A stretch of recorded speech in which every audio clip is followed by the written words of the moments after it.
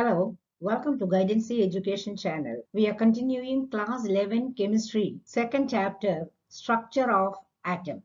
We will see the topic that is discussed, Heisenberg's uncertainty principle, the second development that led to quantum mechanical model. These topics are all very important from examination point of view. So do not skip the video. Watch the video completely so that you get all points cleared. And if you think the video is useful, do like the video, share the video with your friends who may also be benefited, and also leave your comments in the comment box. It will be a feedback to my video and channel. If you have not yet subscribed my channel, do subscribe it now and also press the bell button near it so that you will be intimated as soon as new videos are posted.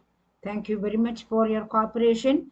Let us start the class. In this video, we are going to discuss Werner Heisenberg's uncertainty principle. This is the second development that led to wave mechanical model or quantum mechanical model of an atom. The first one we have already discussed, that is de Broglie equation. De Broglie equation is not significant for macroscopic bodies that we have already seen. If you have not watched that video yet, click the I button in order to watch that. For macroscopic bodies, there is one more important aspect. Macroscopic bodies have definite trajectories. That is, it has a definite path. Say, for example, we are throwing a piece of stone.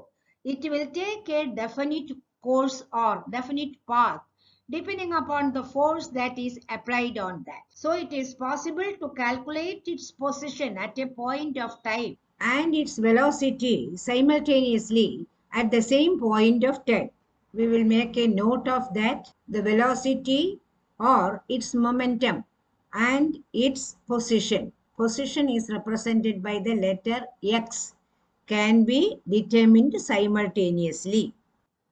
But for microscopic objects like electron, proton, atom, etc., they do not have a definite trajectory. Why it is so? In 1927, Werner Heisenberg gave an explanation to this through his statement called uncertainty principle. What is the meaning of uncertainty? Not certain, not definite, not sure. What is uncertain?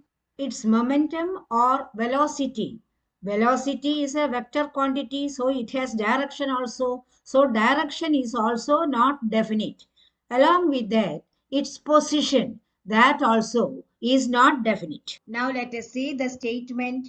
It is impossible to determine simultaneously the exact position and momentum of an electron. I will explain that further. Suppose this is the path of an electron and I am showing an electron there. It has a negative charge.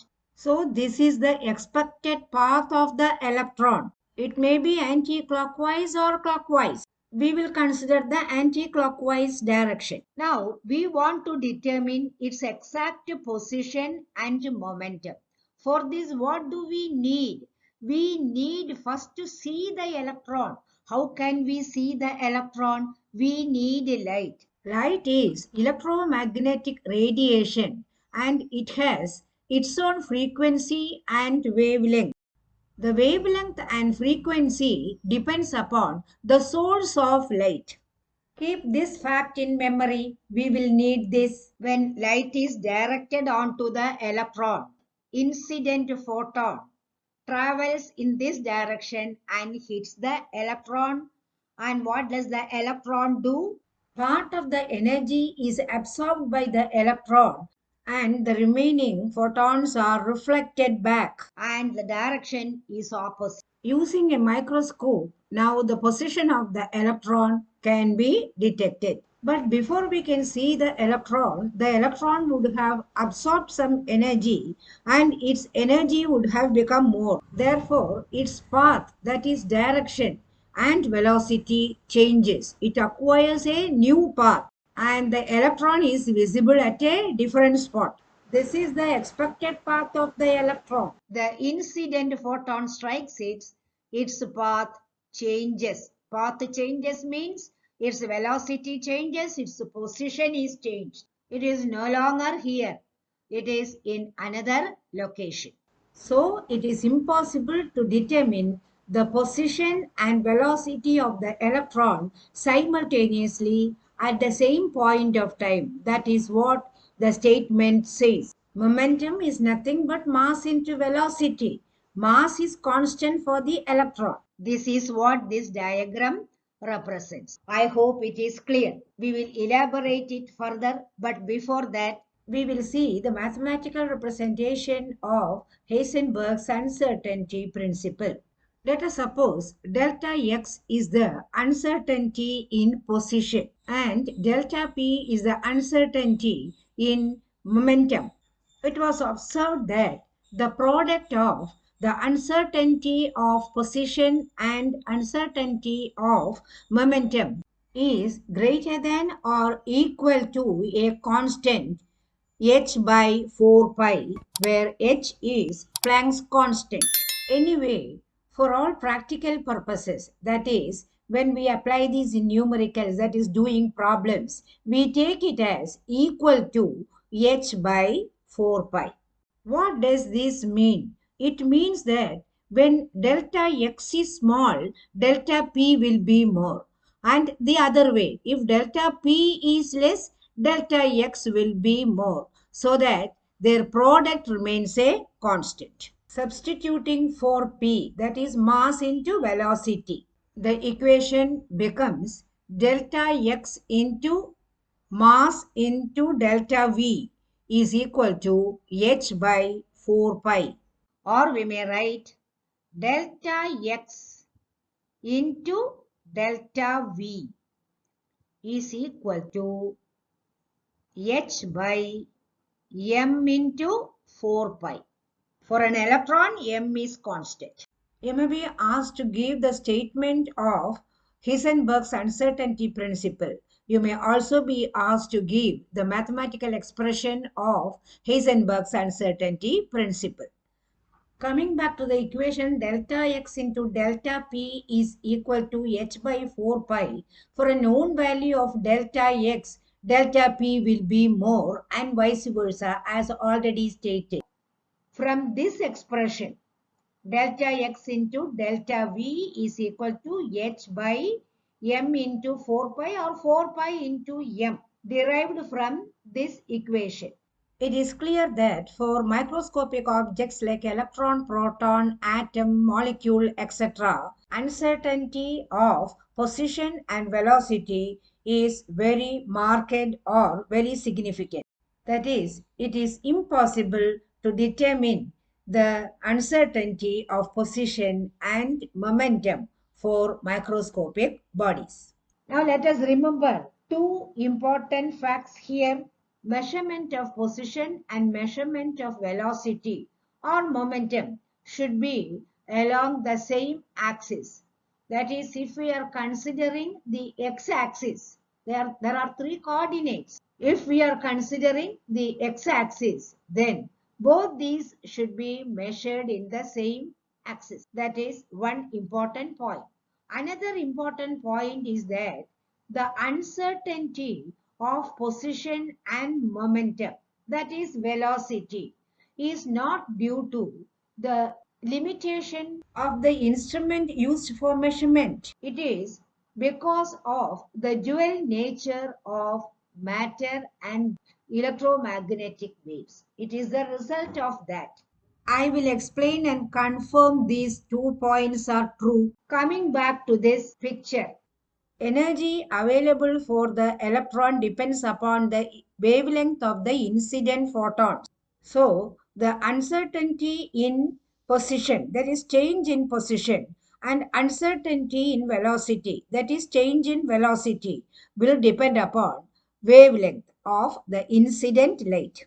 Let us suppose the magnitude of this lambda, that is wavelength, is equal to 10 units. We are taking that value arbitrarily, not based on any experiment. Let us first understand the relationship between uncertainty in position and wavelength of the light used. It has been found that uncertainty of position is plus or minus wavelength. So in the example that we have taken, that is, we have taken wavelength as equal to 10 units.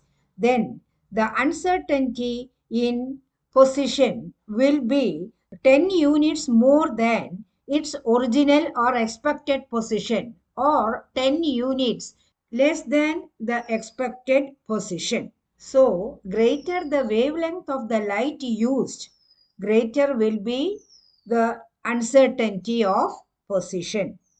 Or in other words, shorter the wavelength, less will be the uncertainty in position.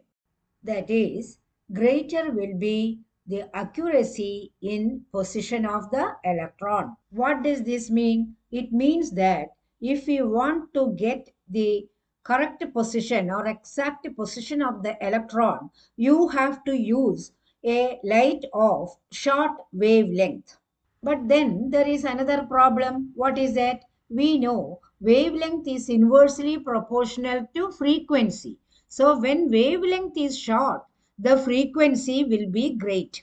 At higher frequencies, what happens? The kinetic energy of the electron increases. That is, its velocity increases. So it means if we try to get the position accurate, then the velocity will be different. That is uncertain. So this is what Heisenberg's uncertainty principle says. That is the exact position and momentum, that is velocity of the electron cannot be determined simultaneously. Let us see the other possibility, that is we are increasing the wavelength and then the frequency will be less, the energy of the electron will be less, and the uncertainty of velocity will be less. But what will be more? The uncertainty of position will be very great. So that way also it becomes difficult to determine the exact position and momentum of the electron simultaneously. From this, we understand that our inability to measure the uncertainty in position and momentum simultaneously is not due to the restriction or limitation of the instrument used. It is because of the wave nature of electron, which is matter. So we have discussed the explanation of Heisenberg's uncertainty principle. I hope you have understood this thoroughly well. You may be asked to state Heisenberg's uncertainty principle, or you may also be asked to give the mathematical representation of Heisenberg's uncertainty principle. If you are asked to give explanation, you have to write all these. Okay, I hope it is clear. Before we wind up this video, let us consider one more aspect, that is significance of Heisenberg's uncertainty principle. Consider this formula. You can easily understand that mass is inversely proportional to the product of the uncertainty of position and velocity. So uncertainty of position and velocity will be less for bigger masses, that is bigger objects, which we call macroscopic bodies. On the other hand, for microscopic objects, that is when the mass is small, the product of uncertainty of position and velocity will be more. It will be significant. So we can say this is significant only for microscopic objects, that is objects like proton, electron, atom, molecule, etc. I hope this video was of great help to you.